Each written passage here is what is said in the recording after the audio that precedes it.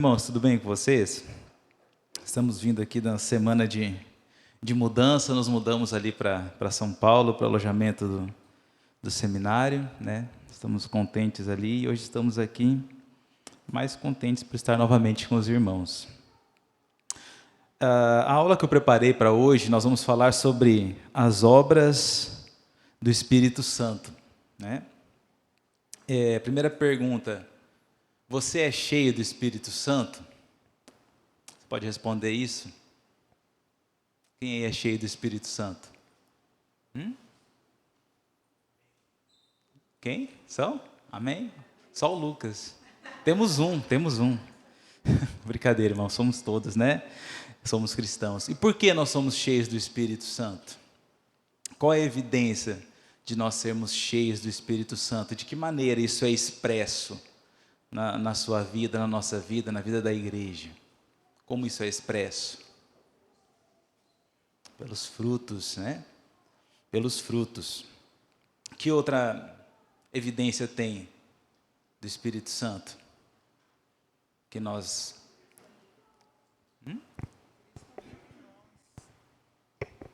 Cristo habita em nós.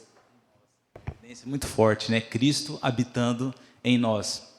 É o que nós vamos ver, as evidências e as obras do Espírito Santo, né? Hoje em dia é feito muita confusão a respeito da ação do Espírito Santo na igreja, a respeito da ação do Espírito Santo na vida das pessoas, né, dos cristãos. O Espírito Santo, muitas vezes, ele é visto ali como apenas o consolador, como aquele conforto, aquele ajudador, ou então ele é visto como responsável por manifestações carismáticas, né? por dons no culto, por todo aquele movimento que nós vemos. Então, é muito atribuído somente isso à pessoa do Espírito Santo. Mas nós vamos ver algumas obras do Espírito Santo, as principais, e para isso, então, vamos passar aqui. A primeira obra do Espírito Santo é revelar a pessoa de Cristo, né? É a primeira obra do Espírito Santo. O texto está em João 15 e 26. Vou pedir para alguém achar esse texto e já ler. Você achou? Pode ler.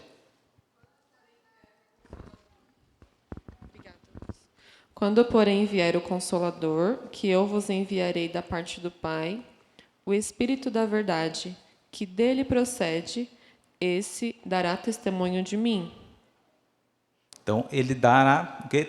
Testemunho. Então, a primeira obra do Espírito Santo é revelar a pessoa de Cristo. Ele dará testemunho, ele vai testificar, dar testemunho de alguém, anunciar sobre outro, né? O Espírito Santo não vem falar sobre ele, não vem falar sobre a pessoa dele, né? Mas ele vem falar sobre a pessoa de Cristo. Agora, de que maneira, então, o Espírito Santo, como o Espírito Santo, ele revela a pessoa de Cristo? Quais são os modos que o Espírito Santo revela a pessoa de Cristo? Alguém sabe falar algum? De que maneira o Espírito Santo revela? Como que o Espírito Santo revela a pessoa de Cristo? Através da palavra. Através da palavra de Deus. Muito bem. Então vamos ver aqui. A primeira é através da Bíblia. Lucas 24 e 44. E alguém já abre em Atos 1, do 15 ao 16. Primeiro texto, Lucas 24 e 44.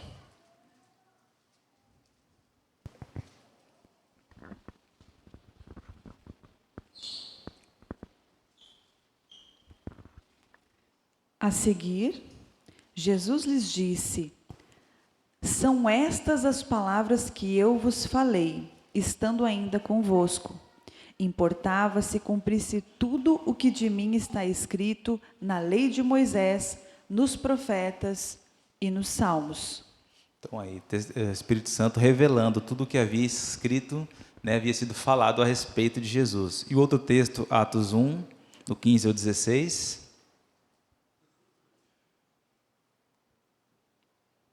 Silvinha.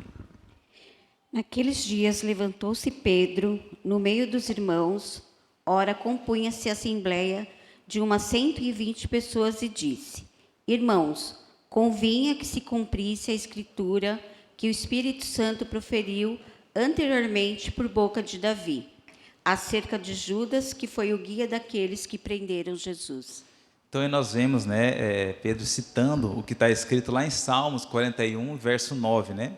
Revelando, o Espírito Santo revelando, então, Jesus, né, sobre Jesus, acerca de Jesus no Antigo Testamento. Então, o homem, o ser humano, ele só pode conhecer Cristo através dessa obra reveladora do Espírito Santo. Lá em João 1,33, João vai falar: eu não o conhecia, aquele, porém, que me enviou a batizar com água me disse: aquele sobre quem vires descer e pousar o Espírito Santo, esse é o que batiza com o Espírito Santo. Então, João Batista, ele sabia quem era Jesus, até pelo fato de que lá em Mateus 13,14, ele diz o seguinte: eu é que careço ser batizado por ti. Mas a ideia de que ele conhecia, né, ele não o conhecia, era da plena revelação do Espírito Santo de quem é Jesus, ou seja, da autoridade, né, dada a ele por Deus. Então, a primeira maneira de nós conhecermos Cristo, conhecemos Jesus, é através da Bíblia, através da palavra. Não existe outra maneira de nós termos a revelação da pessoa de Cristo, de quem é Cristo, se não for através da Bíblia. E essa ação iluminadora, reveladora da pessoa, da obra de Cristo, só nos é concedida, só nos é dada através, então, da obra do Espírito Santo, que nos revela, através das Escrituras, através da palavra, quem é Cristo, a sua obra, o que Ele fez por nós, a pessoa de Cristo. Então, primeiro, o Espírito Santo revela a pessoa de Cristo através da Bíblia. E segundo, Ele revela através da pregação. Em Atos 2, nós temos ali, então, a descida do Espírito Santo, né? Ali o texto de Atos 2, quando o Espírito Santo vem e enche, né, as pessoas que estavam reunidas ali. Então, nós temos uma cena: Pedro, ele se levanta. O que Pedro faz depois que ele é cheio do Espírito Santo? Qual é a primeira coisa que Pedro faz? Depois disso, ele prega a palavra, ele anuncia a palavra. Então, uma pessoa cheia do Espírito Santo, uma pessoa que está sendo ali impactada pelo Espírito Santo, ela não vai se levantar ali expulsando demônios, entregando revelação e fazendo todo isso que alegam ser a ação do Espírito Santo, mas ela vai se levantar e pregar a palavra de Deus. Então, a Bíblia, ela nos revela que Pedro, após ser cheio do Espírito Santo, ele se põe de pé e começa a pregar a palavra. Mas pregar o quê? O que Pedro começou a pregar?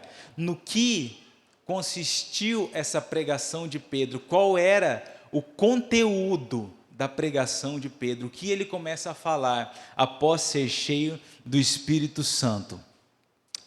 Vamos ver no que consistia a pregação de Pedro. Eu vou pedir para a Bia abrir em Atos 2:23, e vou pedir para o presbítero Lucas abrir em Atos 2:32 e depois já ler o 2:33 na sequência. Então, Bia. Este homem lhes foi entregue por propósito determinado e pré-conhecimento de Deus, e vocês, com a ajuda de homens perversos, o mataram pregando-o na cruz. Então, o primeiro aspecto dessa pregação de Pedro é que ela apontava para a cruz de Cristo.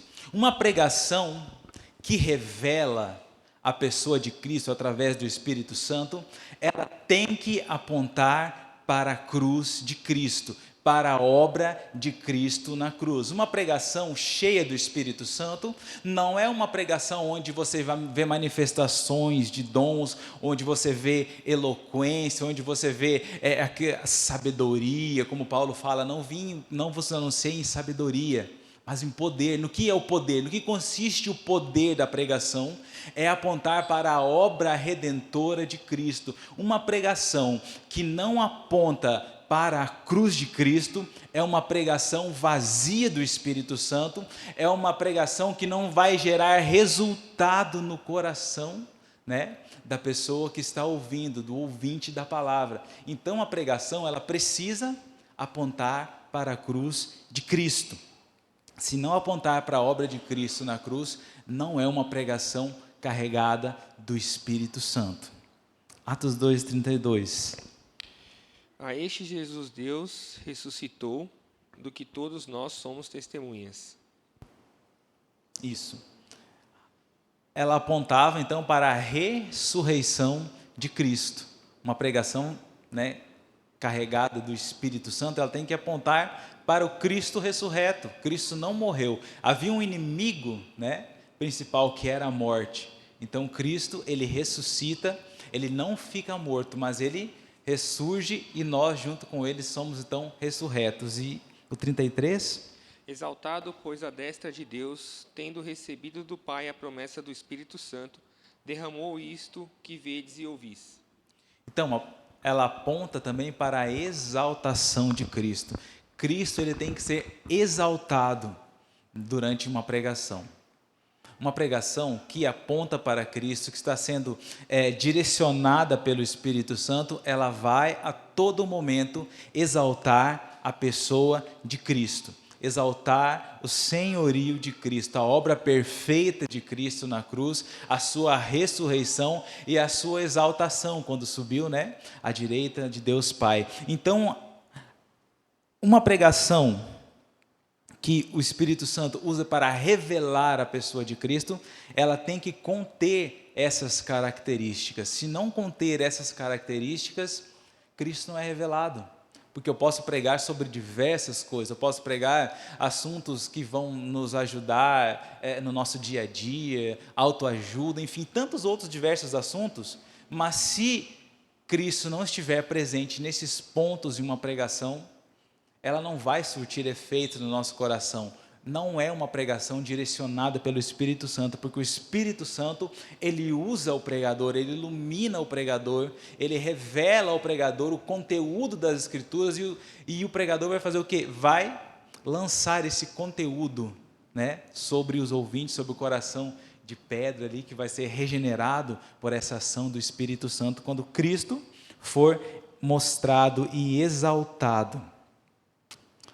Segundo, a segunda obra do Espírito Santo que eu quero tratar é sobre convencer o pecador. Nós sabemos que o homem, por vontade própria, né, ele não pode escolher a Deus. Por quê? Por conta da força do pecado agindo na sua vida. Então, o homem, ele não pode escolher a Deus. Romanos 3, do 11 ao 12. Gisele, você pode ler para nós? Romanos capítulo 3, do 11 ao 12.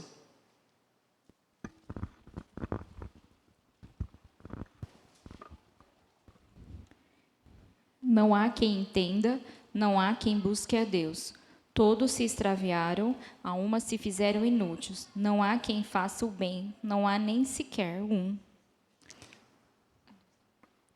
Então, o texto está nos mostrando que não há quem busque a Deus. O homem, pela sua própria força, ele não pode se autoconvencer de que é pecador, ele não tem como conhecer, ele não tem como entender que os seus atos, que as suas obras, que aquilo que ele pratica, que aquilo que ele está fazendo é pecado, que ele está transgredindo a lei de Deus. Sem essa revelação do Espírito Santo, sem o convencimento do Espírito Santo, não há como.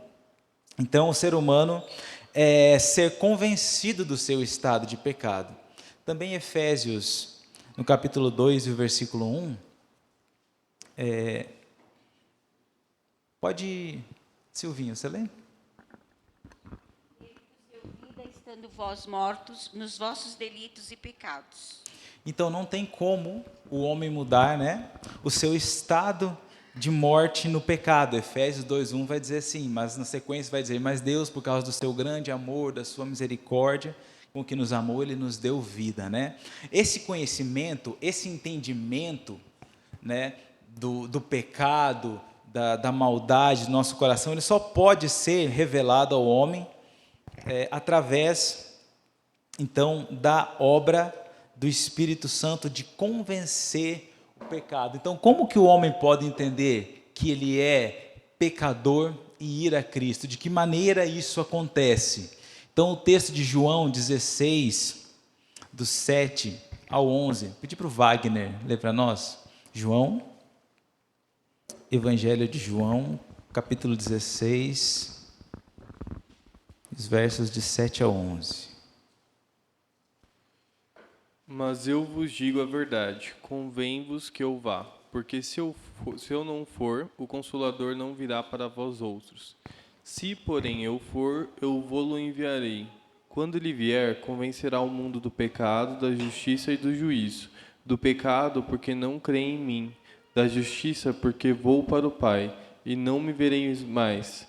Do juízo, porque o príncipe deste mundo já está julgado. Tenho ainda muito o que vos dizer, mas vós não o podeis suportar agora. Quando vier, porém, o Espírito da verdade, ele vos guiará a toda a verdade, porque não falará por si mesmo, mas dirá tudo o que tiver ouvido e vos anunciará as coisas que hão de vir. Ele me glorificará, porque há de receber do que é meu e vô-lo há de anunciar. Tudo o que o Pai tem é meu, por isso é que vos disse que há de receber do que é meu e vô-lo há de anunciar. Até o 11. Ah, tá. Tá bom, tá tudo dentro. É o Espírito Santo aí revelando, anunciando, exaltando, né? É a ação do Espírito Santo.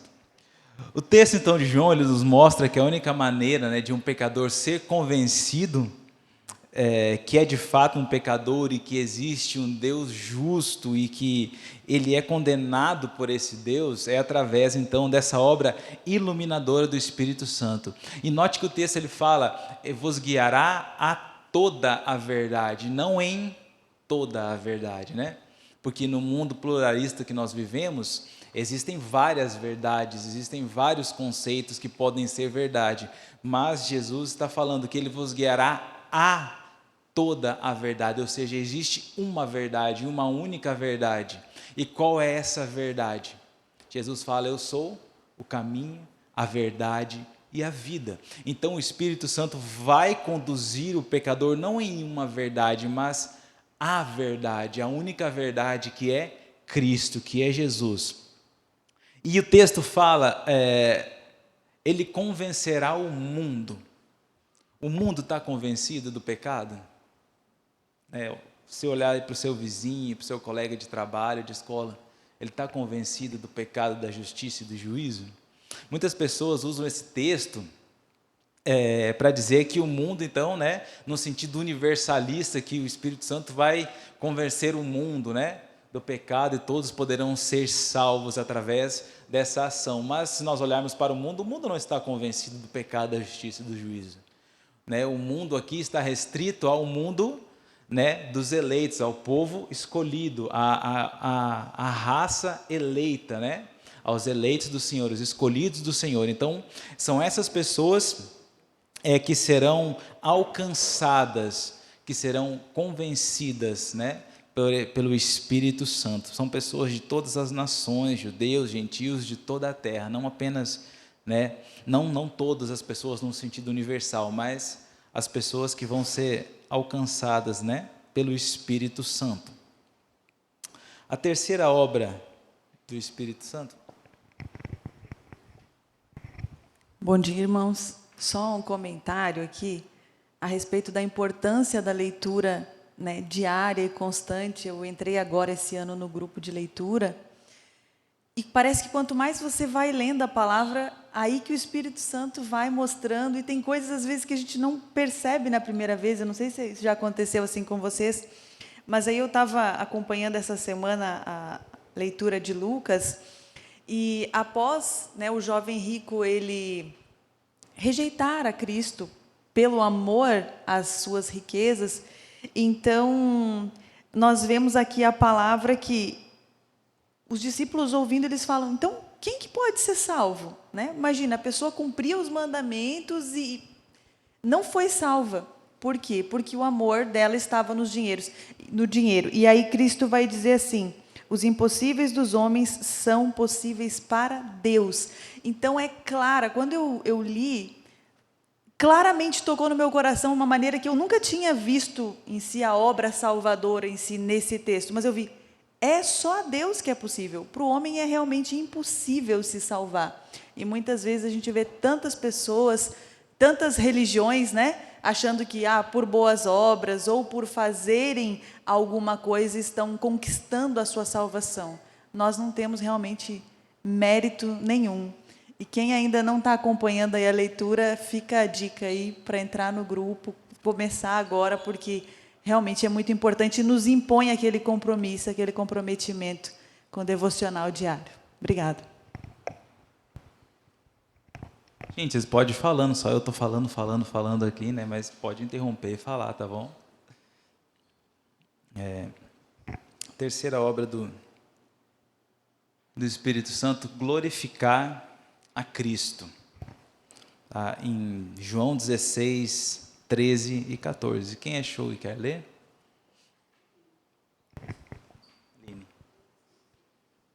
Aline.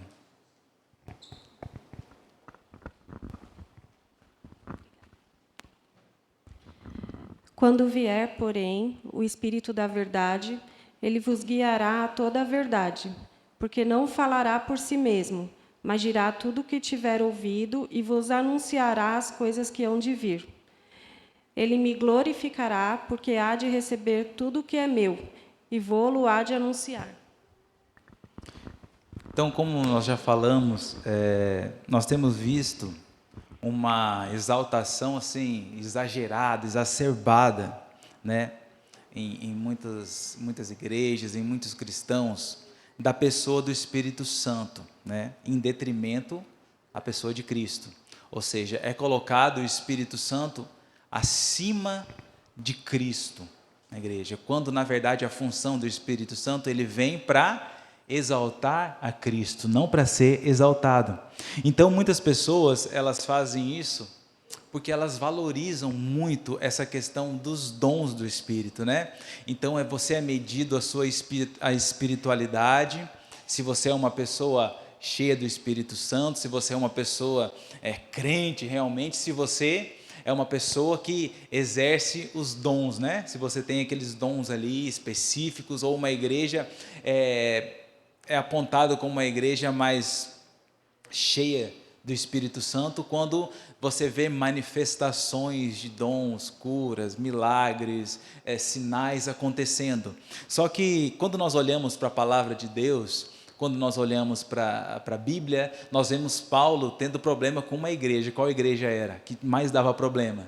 A igreja de Coríntios. Coríntios dá problema, né? A igreja de Coríntios, Edmilson não gostou, né, Edmilson?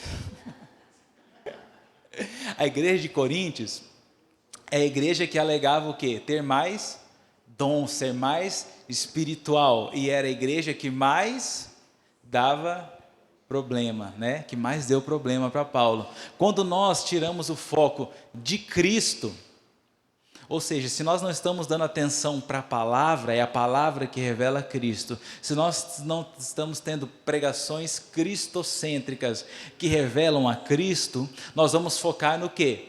Nas experiências, no experiencialismo. Então nós vamos começar a focar em ter experiências e deixar Cristo de lado. E experiência espiritual, cada um tem a sua, você vive com Deus, né, no seu particular, o que você vive, o que eu vivo, cada um tem essa experiência com Deus, né? E o problema é quando nós pegamos essas experiências e fazemos teologia em cima disso e queremos colocar isso como base, né, para toda a igreja, para todas as pessoas, que tem que ser dessa maneira, tem que acontecer assim, porque aconteceu comigo, tem que acontecer contigo. Se não acontecer com você, você não tem o Espírito Santo, você não está cheio do Espírito Santo. Então, as pessoas começam a colocar isso como ponto de regra para denotar, para evidenciar uma igreja cheia do Espírito Santo, quando, na verdade, uma igreja cheia do Espírito Santo vai apontar para Cristo. Pensando nisso que você está falando de Corinto ser a igreja que dava mais problema a Paulo, conectando com a aula que o pastor deu na semana passada, das 3 marcas, né, de uma igreja, que é pregação da palavra, a disciplina e o uso dos sacramentos de maneira correta. E são 3 coisas que o apóstolo Paulo critica, né? O homem que se deitou com a madrasta, depois ele vai falar da ceia, acho que em Coríntios 11, e também das manifestações dos dons, nesse sentido de estar abafando a Cristo e o homem se exaltando. É bem isso mesmo. Uma igreja cheia do Espírito, ela também manifesta essas 3 características aí. Sim, exatamente. Não que não possa haver alguma manifestação diferenciada, Deus age como quer, Deus faz como quer, nós não controlamos o agir e a ação de Deus. Mas a evidência de uma igreja é essa, é a pregação da palavra, é a comunhão, né? E nós vamos ver mais sobre essas evidências até o final, mas esse é o problema. As pessoas estão colocando o Espírito Santo, né, num local que ele mesmo não se coloca, porque ele coloca Cristo. Tem uma frase agora, eu não lembro se é do John MacArthur, acho que é do John MacArthur, vi agora na cabeça, que ele fala: me mostre uma pessoa que exalta o Espírito Santo e eu te mostro uma pessoa vazia de Cristo. Exalta mais o Espírito Santo do que a Cristo, eu vou te mostrar uma pessoa vazia de Cristo.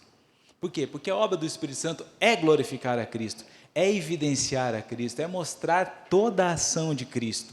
Com isso, nós não estamos dizendo que o Espírito Santo não é importante, que ele não tem o seu papel, não é isso. Ele tem o papel dele, mas é essa troca de papéis que as pessoas fazem e colocam o Espírito Santo no centro de tudo, no centro do culto, no centro das suas vidas, quando na verdade o centro de tudo, do culto, da nossa vida, o centro do Evangelho é Jesus, né? Cristo é o centro de tudo que existe, tudo tem que apontar para Cristo, a nossa vida, o nosso culto, o nosso proceder, tudo tem que apontar para a ação de Cristo. Você quer ser um cristão cheio do Espírito Santo? Coloque Cristo no centro de sua vida. Quer ser um cristão cheio, né, da graça do Espírito Santo, do poder, da ousadia do Espírito Santo? Exalte a Cristo, coloque a Cristo no centro de tudo.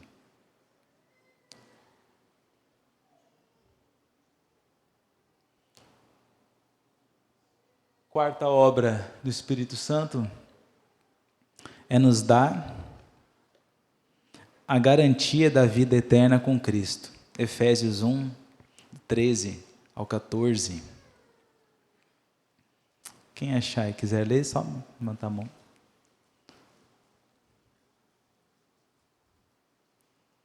Efésios 1, 13 e 14. O Vitor Lucas vai ler.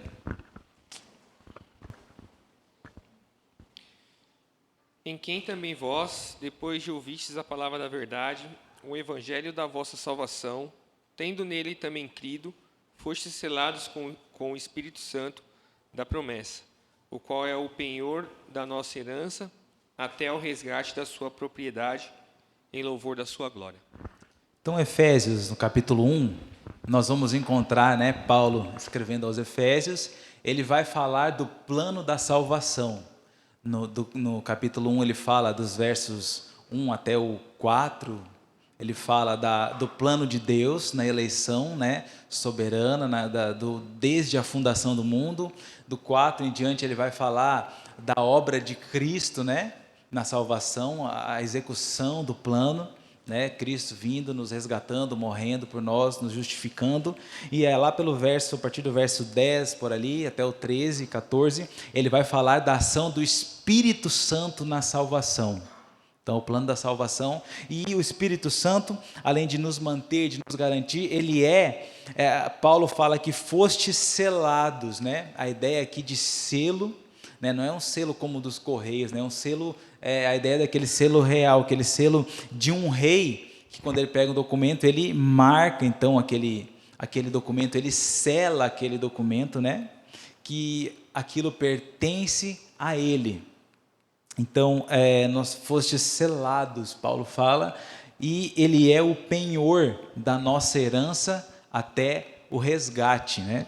Ou seja, o que é o penhor aqui? A ideia que é dada é de um valor, de algo que é dado em uma transação comercial, como um sinal, por exemplo, de que ele vai voltar e vai cumprir, né, o acordo, o trato. Ou seja, Cristo morre, o Espírito Santo nos sela, quando nós somos então regenerados pelo Espírito Santo, ele nos sela, e esse selo é a garantia, como um penhor que ele deixa, um sinal. Quando você vai fazer um negócio, você dá um sinal, né?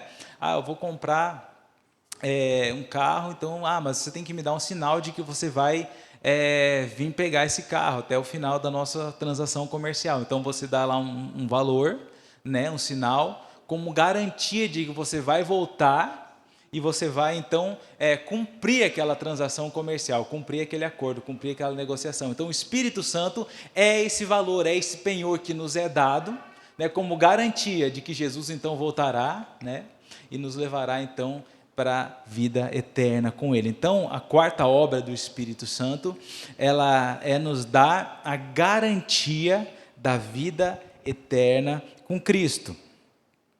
Muito bem, nós falamos aqui de algumas obras do Espírito Santo, né?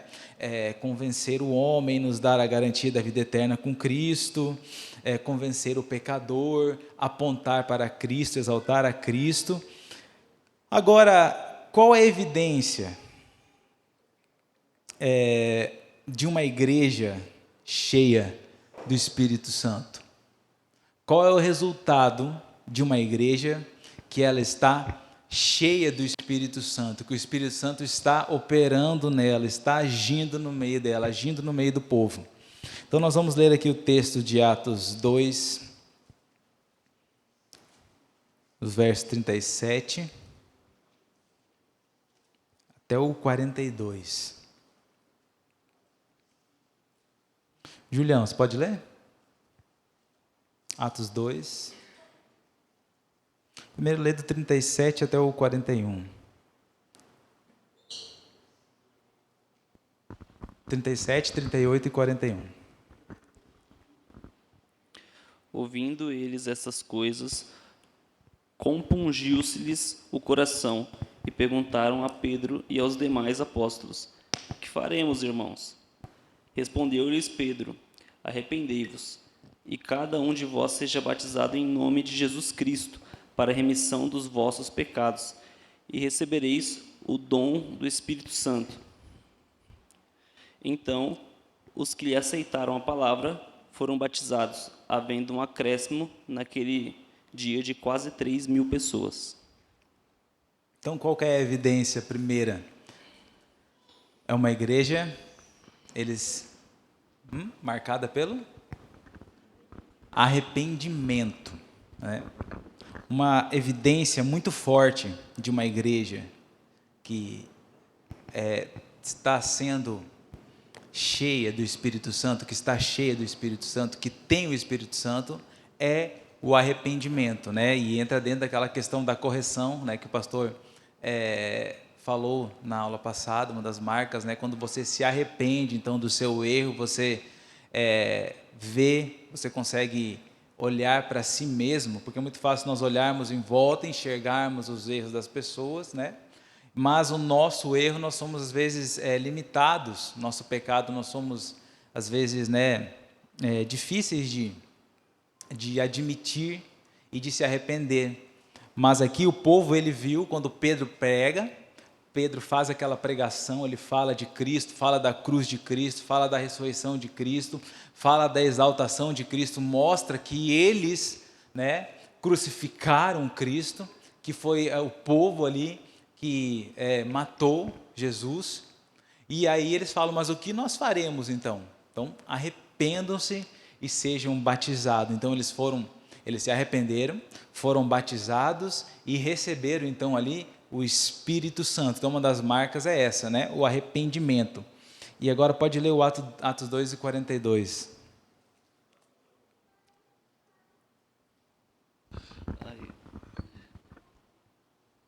perseveraram na doutrina dos apóstolos e na comunhão, no partir do pão e nas orações. Então, quais são as marcas que nós encontramos aqui, nesse texto? De uma igreja cheia do Espírito Santo? Comunhão, oração, arrependimento, perseverança, né? Partir do pão. Eles eram dedicados à palavra, ao estudo, né? Obediência, dedicação à palavra, arrependimento, dedicação à palavra, né? Eles permaneciam na doutrina dos apóstolos, eram dedicados à palavra. Esse dedicados à palavra não é apenas ler a Bíblia, não é apenas eu manter aquele ritual diário de devocional. É muito bom, nós temos nosso devocional, estamos fazendo a leitura bíblica, é excelente, é fantástico, mas Tiago fala que nós temos que nos cuidar para não sermos apenas observadores, né, da palavra, apenas leitores da palavra, mas para praticarmos a palavra. Então eles observavam aqui a doutrina, significa que além de eles estudar, né, eles permanecerem na doutrina dos apóstolos, além de eles estudar a palavra, eles obedeciam e praticavam a palavra. Uma igreja que pratica a palavra, que estuda a palavra, que obedece a palavra, é sinal de uma igreja que está cheia do Espírito Santo.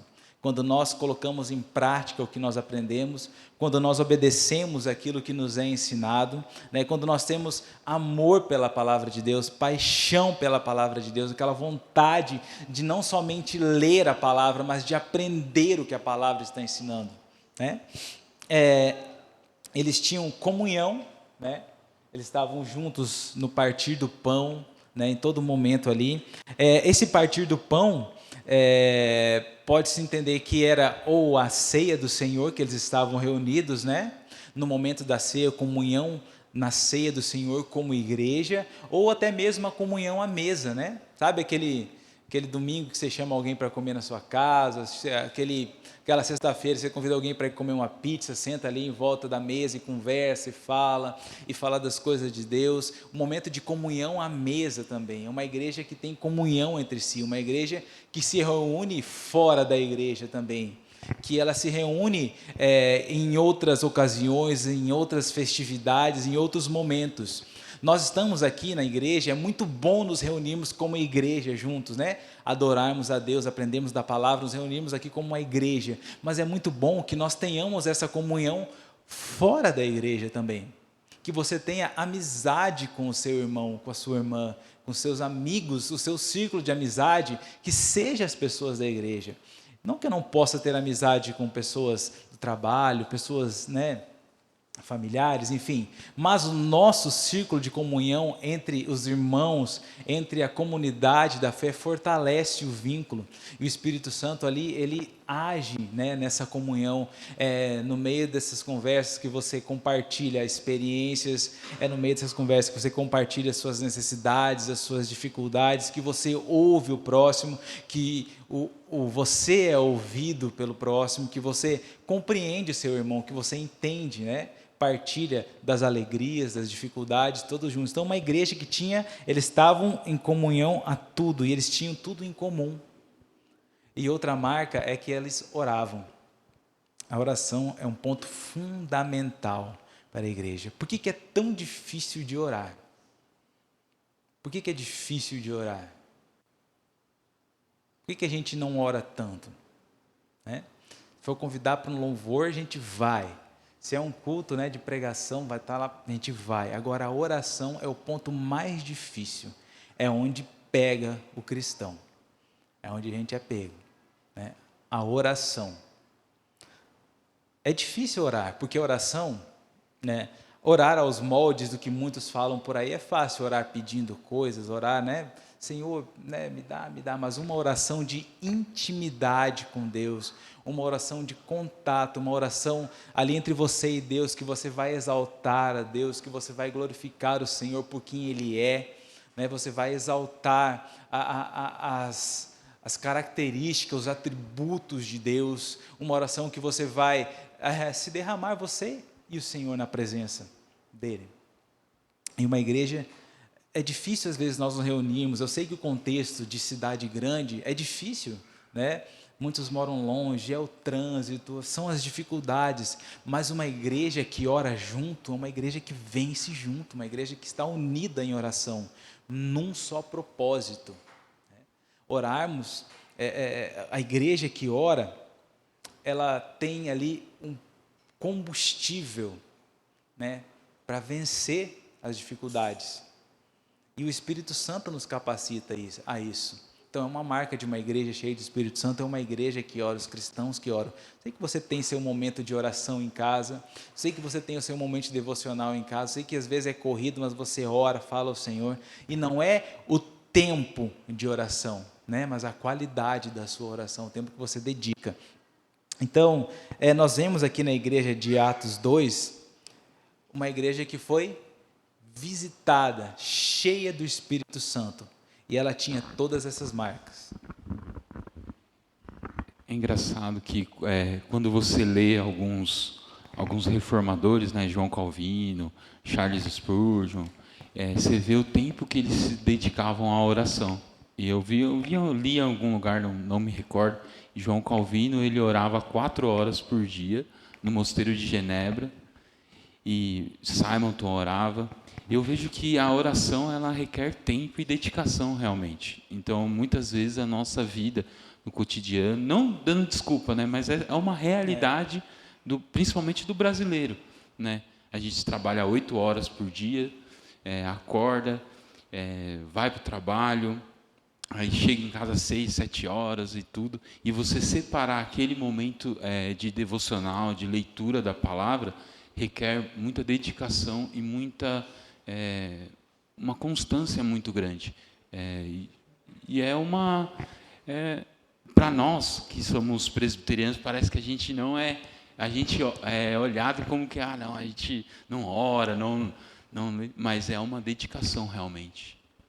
Exatamente, a palavra fala orai sem cessar, né? Todo o tempo. E é verdade, nós somos campeões em arrumar desculpa, viu? A gente fala assim, mas nós somos campeões em arrumar desculpa, porque a gente acha tempo para aquilo que a gente gosta. A gente consegue achar um tempo aqui, espreme um horário ali, remarca alguma coisa ali. Não, mas quando que a gente já remarcou alguma agenda algum compromisso da nossa agenda para orar? Difícil, né? Eu mesmo acho que eu nunca fiz. Mas quando que a gente remarcou algo da nossa agenda? Não, agora eu vou remarcar isso aqui porque eu preciso orar um pouco. É difícil, não é fácil, porque a carne não quer. A carne não quer que você ore, porque a carne, né, ela quer o que é prazeroso. Realmente, você orar é um exercício, né, que vai exercitar a sua fé, a sua musculatura da fé. E os grandes reformadores, como você falou, oravam muito, né? Era uma marca. Se você for ler as histórias, se você for ler as biografias, você vai encontrar esses homens ali de muita oração. E tem que ser uma marca nossa.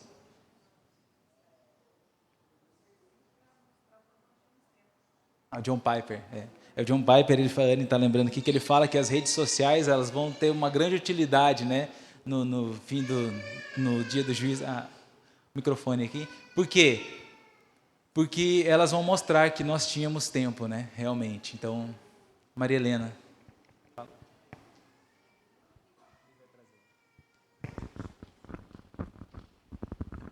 Então, a respeito de oração, eu acho que nos falta hábito, né? Então, às vezes, a gente ora sozinho em casa, mas é muito bom quando a gente tem uma companheira, um companheiro, alguém que você possa orar, ou com seu marido, com seu filho. Então, eu acho que, há um tempo atrás, eu pedi muito a Deus para que Deus me desse uma pessoa para orar junto. E há 6 meses, mais ou menos, estou orando com uma pessoa toda semana. A gente se encontra e ora. Tem sido assim uma bênção. A gente tem visto as respostas às orações. E outra pessoa, eu oro por celular. A pessoa não está aqui em São Paulo, então nós ficamos 1 hora orando por celular. Ligamos nosso celular. Então, acho que a gente tem que começar. Nós também chegamos, nas nossas conversas, eu e essa pessoa, que nossa igreja ora pouco, né? Conversei com ela, conversei com o pastor a respeito de oração. E acho que é falta de hábito mesmo, entende? Se você pegar um hábito de orar, ela tanto vai te edificar, como vai ajudar, né? Intercessão, tudo que a gente precisa de oração. A oração é um vínculo que a gente tem, uma ferramenta muito poderosa nas mãos de Deus e nas mãos do crente. Então, é isso, é o hábito que eu penso. Exatamente, ó, você que fica 2 horas no Instagram e pode orar pelo celular, viu? Outra utilidade pelo celular, para você que não sabia, você pode orar com o celular, com o seu irmão, sabia? Faz uma videochamada ou de áudio e ora com ele, olha aí, viu? Não tinha uma música que falava antigamente, o telefone do céu é a oração? É, o telefone aí, tá aí, o microfone.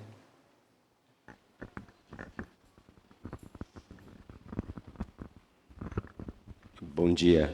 Bom dia. Acho que o importante, antes de qualquer desculpa que formos darmos, que não temos tempo, que não estamos conseguindo, que está muito corrido, pega o seu celular, ele marca tudo que você faz, todo o tempo que você permanece em cada aplicativo. Então, só pega seu celular antes de arrumar qualquer desculpa e dá uma olhada nesse temporizador que você tem. Tem o temporizador, dá certinho ali. O meu está ativado para mostrar quanto tempo eu fico ali. Ele mostra certinho quanto tempo que você fica em cada aplicativo, né? Então você vai dar uma olhadinha, faz uma conta semanal, mensal e anual aí para depois ver se você não tem tempo de orar, né? O Instagram tem até um modo silenciar, que você pode botar 1 hora da noite ali que ele silencia e não funciona mais, você não recebe mensagem. Tem recurso. Recurso tem, é nós que, né, queremos sempre achar uma brechinha, uma desculpa para não realmente fazermos o que é necessário e como é necessário nós orarmos, irmãos. Porque orar, falar com Deus, é ter intimidade com Deus, é acessar o trono da graça, é falar com o Senhor onde nós estamos. Você gosta de falar com seus amigos, com seu namorado, sua namorada, seu esposo, o seu, né, melhor amigo, parente? Você gosta de falar com ele todo dia? Gosta. E Deus? Por que nós não falamos com Deus todo dia, né? A gente fala que ama a Deus, nós falamos que amamos a Deus, nós falamos, né, que somos servos do Senhor, que Deus está acima de tudo, mas às vezes passamos semanas sem dirigir uma palavra de oração, né? E às vezes só aquela oração pelo almoço quando lembra, né? Então, é algo válido para nós pensarmos hoje o quão debilitada está a nossa vida de oração. Às vezes nós presbiterianos, né, somos conhecidos como uma igreja, né, que preza pela palavra, que preza pelo ensino bíblico, né? Mas poderíamos ser conhecidos também como pela igreja que, além disso, a igreja que ora, né? Orar ao Senhor é necessário. Só a palavra, só a Bíblia é muito bom. Mas se você não cultivar uma intimidade com Deus, né? Então nós precisamos estar aí com o nosso avião equilibrado, voando com as 2 asas certinho, né?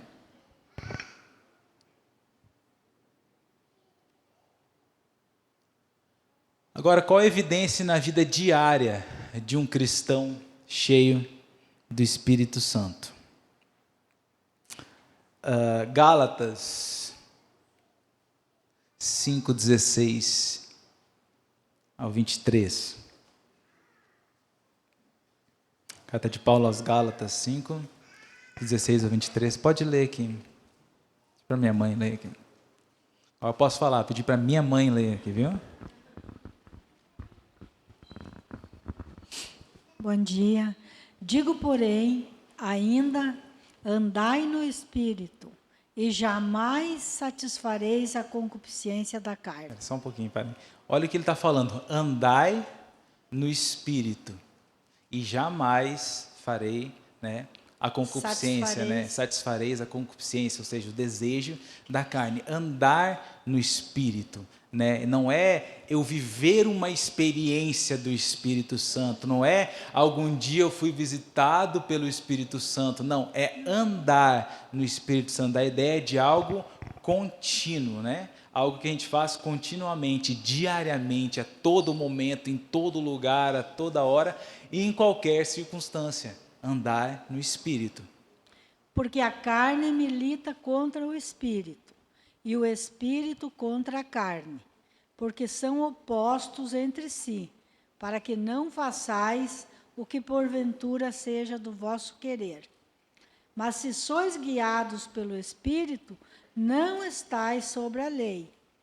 Ora, as obras da carne são conhecidas, e são prostituição, impureza, lascívia, idolatria, feitiçarias, inimizades, porfias, ciúmes, iras, discórdias, dissensões, facções, invejas, bebedices, glutonarias e coisas semelhantes a estas, a respeito das quais eu vos declaro, como já outrora vos preveni, que não herdarão o reino de Deus os que tais coisas praticam. Mas o fruto do Espírito é amor, alegria, paz, longanimidade, benignidade, bondade, fidelidade, mansidão, domínio próprio. Contra estas coisas não há lei. Então tá aí, nós temos as obras da carne, né? Prostituição, impureza, lascívia, idolatria, feitiçaria, inimizade, porfia. O que é porfia? Porfia é uma rivalidade por recompensa, né? Você que está brigando com alguém para receber uma recompensa de alguma coisa. Porfia, ciúmes, iras, discórdias, dissensões, facções, invejas, bebedices, glutonarias e coisas semelhantes. Coisas semelhantes não é pirataria não, né? É coisas semelhantes a estas, tá? Mas pirataria também é pecado, tá? Vamos lá. Qual a evidência na vida diária de um cristão cheio do Espírito Santo? As obras da carne, elas são produzidas, né? São obras por quê? São produzidas pelo homem.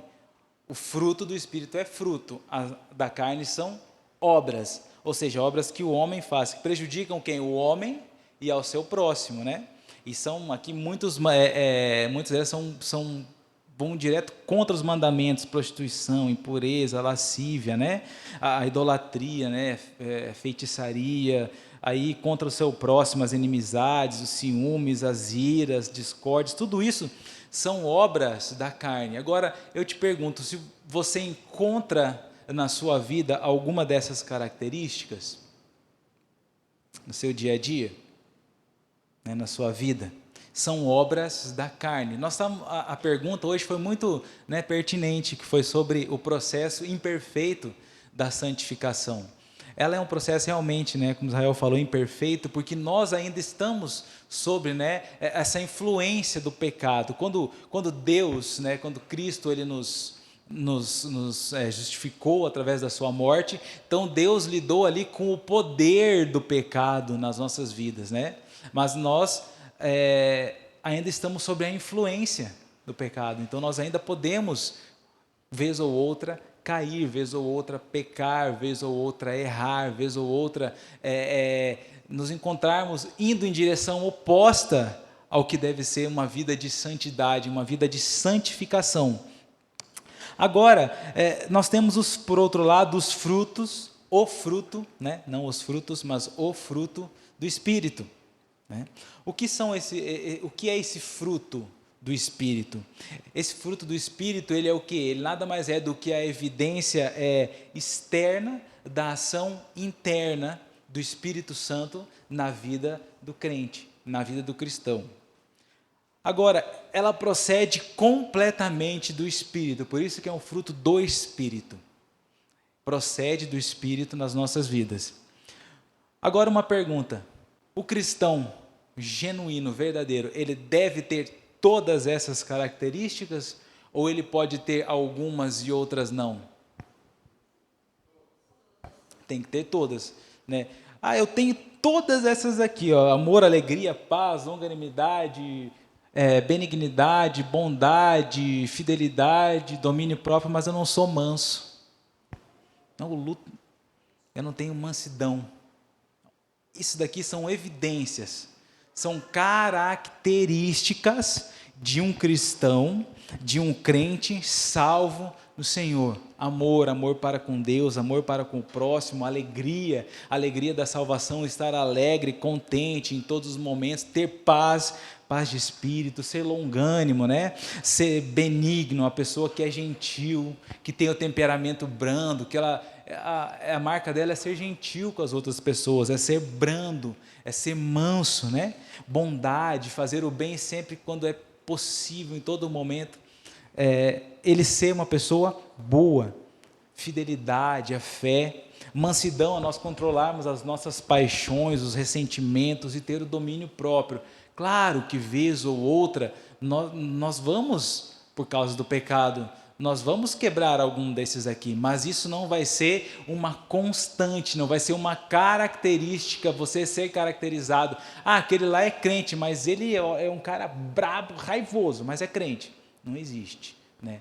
Vez ou outra você vai dar um deslize ali, né? Quando você bater com o dedo na quina do dedo no móvel, você vai, né, soltar ali um eita maravilha, mas não é característico. Você não é uma pessoa que está sempre, né, agindo contra o fruto do Espírito. A presença não somente a presença, mas um papel predominante da ação poderosa do Espírito Santo na vida do crente em particular, traz duas coisas que são essenciais. Ele atesta a legitimidade, ou seja, esse realmente pertence a Deus, por isso o selo, né, a marca, e também denota a qualidade desse novo ser. Então, são duas coisas que a gente tem que levar em consideração. Quando a gente vai, por exemplo, para aquilo que Gálatas nos fala sobre as obras da carne e o fruto do Espírito, a gente vê uma questão de estrutura. São duas estruturas completamente diferentes. E é interessante que, na vivência humana, ainda carnal do cristão, essa fusão ela é feita, só que a ideia, qual que é? Como foi lido pelo nosso irmão Israel, a gente ainda tem as nossas tendências, as nossas fraquezas, etc., etc. Porém, o que predomina na vida do cristão, quando ele ainda em carne e osso, é o fruto do Espírito. Não é uma fusão do tipo assim, bom, uma hora eu estou aqui, outra hora eu estou ali, e eu e o Espírito Santo fizemos aqui um acordo que uma hora ele predomina, outra hora eu. Não. A ideia é de que quem deve predominar é o fruto do Espírito, né? Por isso que a gente tem que analisar como duas estruturas diferentes. Eu acho interessante, por exemplo, quando Nicodemos vai ter com o Senhor Jesus, lá em João 3, e no capítulo 6 ele denota bem isso. Ele fala assim, olha, o que é nascido da carne é carne. O que é nascido do Espírito é Espírito. Então ele denota bem essa questão estrutural. Não há como, ou uma coisa predomina, ou outra coisa predomina. Sobre a vida dos crentes em Cristo Jesus, dos eleitos de Deus, predomina o fruto do Espírito. A ação, a legitimidade, né, e a qualidade. Sobre aqueles que não são, predomina as obras da carne. Né? Então, essa questão com a evidência diária do cristão cheio do Espírito Santo, teologicamente é essa. Na vida da igreja não basta somente sabermos, como lá em Atos 2:42 fala a respeito de como eles viviam, os crentes, mas olharmos por cima e concluirmos que era uma ação poderosa do Senhor Espírito Santo sobre os novos crentes. Então, a pergunta que se deve ser feita hoje, na igreja do século XXI, isso se tornou evidente sobre nós, crentes do século XXI, ou ainda deduzimos que temos a ação do Espírito Santo? Uma coisa é deduzir, não, eu tenho, não, a nossa igreja é uma igreja X, uma igreja Y, mas a gente tem que parar e pensar assim, há essa predominância realmente da ação poderosa do Espírito Santo, ou estamos deduzindo que há? Precisamos chegar a uma certeza. Como que a gente chega na certeza? Quando o fruto do Espírito predomina sobre as obras da nossa carne. É exatamente isso. Às vezes nós alegamos algo, né? Nós dizemos algo, né? Mas na verdade, na prática, isso não se estabelece, isso não se evidencia. E pelo contrário, o que é visto muito hoje quando se fala de igreja, de cristão, de evangélico, no contexto, né, nacional que nós estamos aqui, se fala de, né, engano, se fala de... A gente vê muita notícia, eu não quero ser muito pesado, a gente vê muita notícia de corrupção, enfim, de abuso mesmo, né? Dos fiéis, um cabresto que é colocado muitas vezes por algo que a palavra não fala, e tudo isso é levado por quê? Não é fruto do Espírito, é fruto da carne. Então, quando nós falamos algo... Quando nós vemos se falar muitas vezes aí em mídias sociais de igreja, geralmente a notícia que chega é algo ruim, é algo que vai totalmente contra o que o Evangelho diz que deveria ser, né? Até pensando no tema anterior da oração, né? O Espírito nos leva a orar e a palavra de Deus é Deus se comunicando com o homem, e a oração a gente se comunicando com Deus. E Deus expressa a vontade dele por meio da palavra, então os frutos do Espírito é nítido, é a vontade de Deus para o homem. Só que a gente sabe que o pecado manchou e que, como foi dito, né, a santificação não é plena. Porém, quando Cristo ensina a oração do Pai Nosso, ele fala assim, que seja feita a tua vontade assim na terra como no céu. É no sentido de petição de que a gente cumpra a plena vontade de Deus. E ficar olhando, né, as obras da carne e o fruto do Espírito, fica mais evidente a necessidade da oração contínua do crente. Porque às vezes eu posso não ser manso, mas o Paulo Júnior tem uma frase, né, que o crente ele peca por acidente, ele não peca continuamente. E é verdade, a gente tem condição de arrependimento, mas como eu me arrependo de algo que eu não sei? Se eu não ler a palavra, eu não sei que mansidão é um fruto do Espírito. Se eu não oro a Deus, eu não tenho como pedir para Ele para eu ser manso e cumprir a vontade dEle plena no meu dia, porque eu também não tenho o hábito de orar. Então, você vê que a palavra de Deus ela se conecta de forma integral e a vontade de Deus ela se cumpre a partir do momento que você, não por obrigação, eu vejo muito mais como um meio de graça que Deus deu ao homem, de orar, de ler, de estar em comunhão com os irmãos, porque a gente olha para as obras da carne e a gente vê que todo mundo sabe que isso é mal. Se eu mostrar para um descrente, ele vai falar que isso é mal. Mas como eu posso, descrente, não fazer isso? Cristo concede o Espírito para que a gente possa guerrear contra a nossa carne. Essa é uma bênção de Deus. E é um círculo, vem tudo, né? Vamos dizer assim, tudo está ligado, né?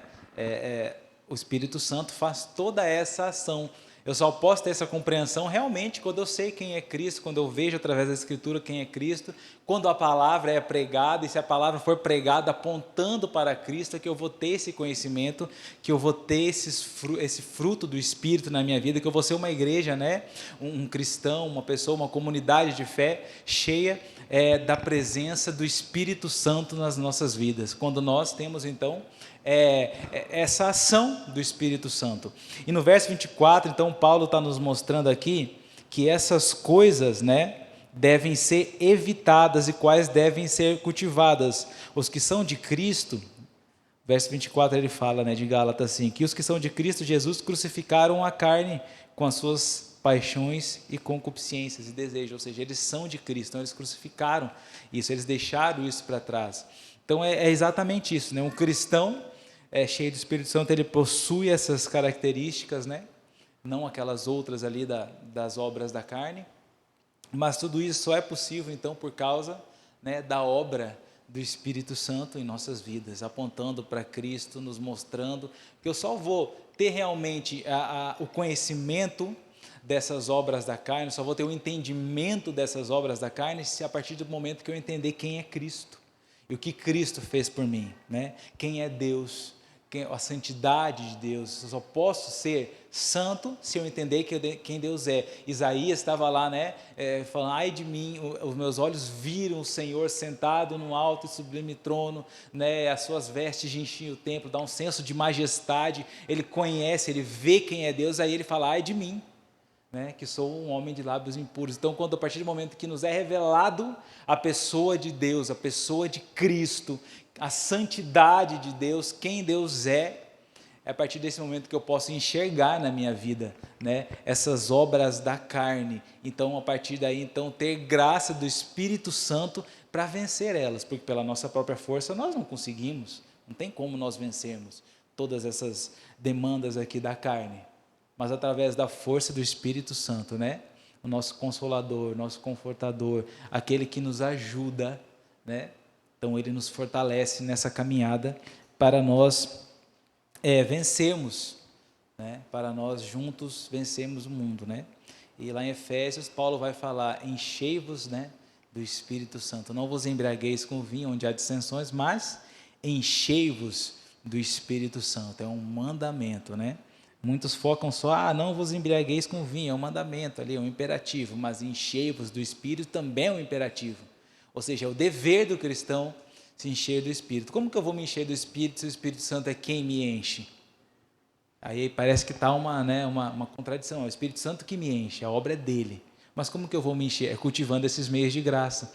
É através da oração, é através da leitura diária da palavra, é da comunhão com a igreja da fé, né? De ouvir pregações bíblicas. Dessa maneira, junto, de uma maneira colaborativa. Então, nós podemos nos encher do Espírito Santo, rejeitar as obras da carne e nos enchermos do fruto do Espírito. Era isso, então? Alguém tem mais alguma colocação? Fazer? Meus irmãos, então, que nós possamos entender qual é a ação do Espírito Santo na igreja, a ação do Espírito Santo nas nossas vidas, e cultivarmos, então, né, esse preenchimento do Espírito Santo, observarmos, né, o fruto do Espírito na nossa vida, se nós estamos cultivando isso diariamente, se estamos trabalhando para que seja essa a marca, né, da nossa identidade como cristão, como servos do Senhor, que possamos, então, sempre, assim como o Espírito Santo, apontar para Cristo em tudo que nós fizermos, toda a nossa vida, em todos os nossos afazeres diários, nossos relacionamentos, nosso trabalho, nosso pensamento, que seja sempre a prioridade e que Cristo seja o centro de nossas vidas. Amém? Vamos orar?